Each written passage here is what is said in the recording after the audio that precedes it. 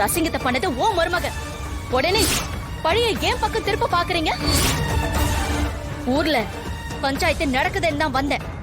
ஏன் மேல பழிய போட்டு உன் மருமகனை காப்பாத்த பாக்காத. போதும் பேசாதடி. எனக்கு எல்லாம் தெரியும். இது உன் வேலை தானே? ஆமா பெரியம்மா, இதெல்லாம் இந்த பொம்பளையோட வேலையா தான் இருக்கும். ஏய், நான் இதுல என்ன பண்ண? அதுக்கு உன்கிட்ட ஆதாரம் இருக்கா? நிரூபிக்க முடியுமா உன்னால? எங்க குடும்பத்தை பழி வாங்க உன் அண்ணன் பையனை மறைச்சு வச்சவதானே நீ? கண்டிப்பா இதையும் நீ தான் பண்ணிருப்ப.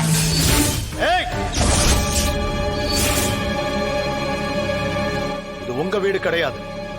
பஞ்சாயத்து நடந்துகிட்டு இருக்கு. மத்த யாரும் இதுல பேச வேண்டாம். அம்மா இருங்கம்மா, ஐயா விசாரிச்சுக்கிட்டு இருக்காருல, எதுக்கு இப்படி ஆளாளுக்கு பேசிக்கிட்டு இருக்கீங்க? அப்பா,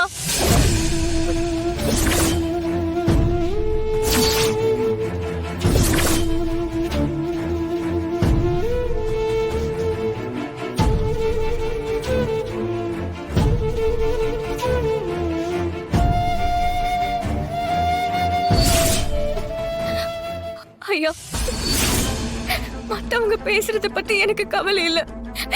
என் புருஷன் இந்த தப்ப பண்ணிருக்க மாட்டாரு. இங்க பாருங்க, நீங்க இப்படி சொல்லிட்டா இந்த பஞ்சாயத்து இவனை நல்லவன்னு நம்பாது. பாதிக்கப்பட்டவங்க பிராது கொடுத்திருக்காங்க. அதுக்காக இவர் தப்பு பண்ணிட்டாருன்னு அர்த்தம் இல்ல. அப்படி பண்ணலேனா அதை நிரூபிச்சு காட்டணும். அது முடியுமா உங்களால? அதுக்கான வாய்ப்பு எங்களுக்கு கொடுங்க. குற்றம் சாட்டப்பட்டவங்களா இருந்தாலும் ரெண்டு பக்கத்தோட நியாயத்தையும் கேட்காம நான் முடிவெடுக்கிறவன் இல்ல. நீ கேட்ட வாய்ப்பை நான் கொடுக்கிறேன். அவன் மேல தப்பு இல்லைன்னு நிரூபிச்சு காட்டு.